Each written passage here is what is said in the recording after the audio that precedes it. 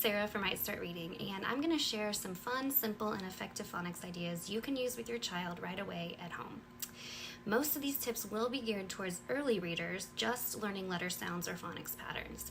I do plan to do another video with fun phonics ideas for older students, but remember, even if a child is older, if they're still just learning to read, they will still need to focus on the same skills as younger readers. So these ideas can be adapted for an older age group while still working on the same overall beginning reading skills. All right, so before I give you these tips, I just want to remind you that the whole goal of phonics is to get children to apply these skills to their reading and ultimately to their comprehension. We don't just teach phonics just to teach phonics.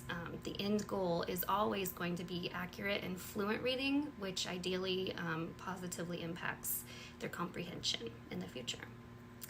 So with that, tip number 1, read, read, read to your child. This is probably one that you've heard countless times, but maybe you haven't really given it as much thought about why it's so important. Oral language skills are huge factors in determining future reading success. There's a lot of new research coming out about the importance and the power of oral language and its effects on all things literacy. And nothing facilitates oral language better than reading out loud to your child.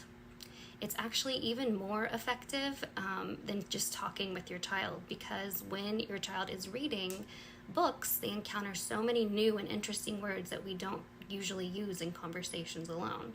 So having heard these words before and having heard their pronunciations, they will store them in their memories, and this will facilitate fluency and comprehension later on.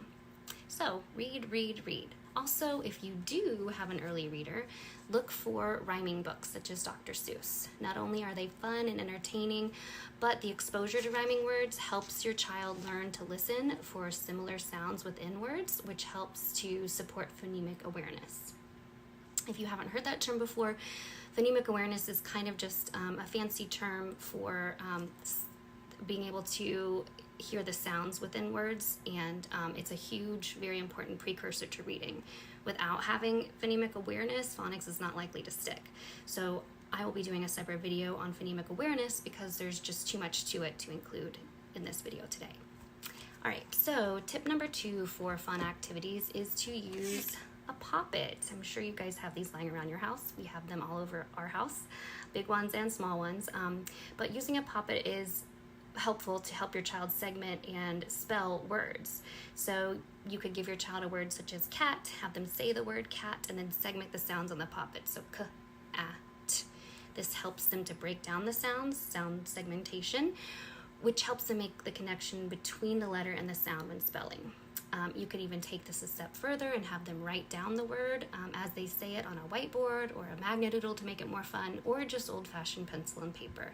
The act of saying and writing is extremely beneficial for retention of those phonics patterns. Next, a simple idea you might be able to use at home is the use of clothespins to match letters to words or sounds. It's an easy way to encourage phonics practice at home, and for young learners, maybe with some fine motor difficulties, the act of opening and closing the clothespin helps to strengthen the muscles in the hands as well, which can benefit their handwriting. For this activity, I used pre-printed cards, though you could make your own, probably using stickers or drawings if you wanted to. Teachers Pay Teachers has a lot of these types of activities you could download, but you do have to pay most of the time. I did get these from Teachers Pay Teachers. I use these cards and then just plain regular clothespins.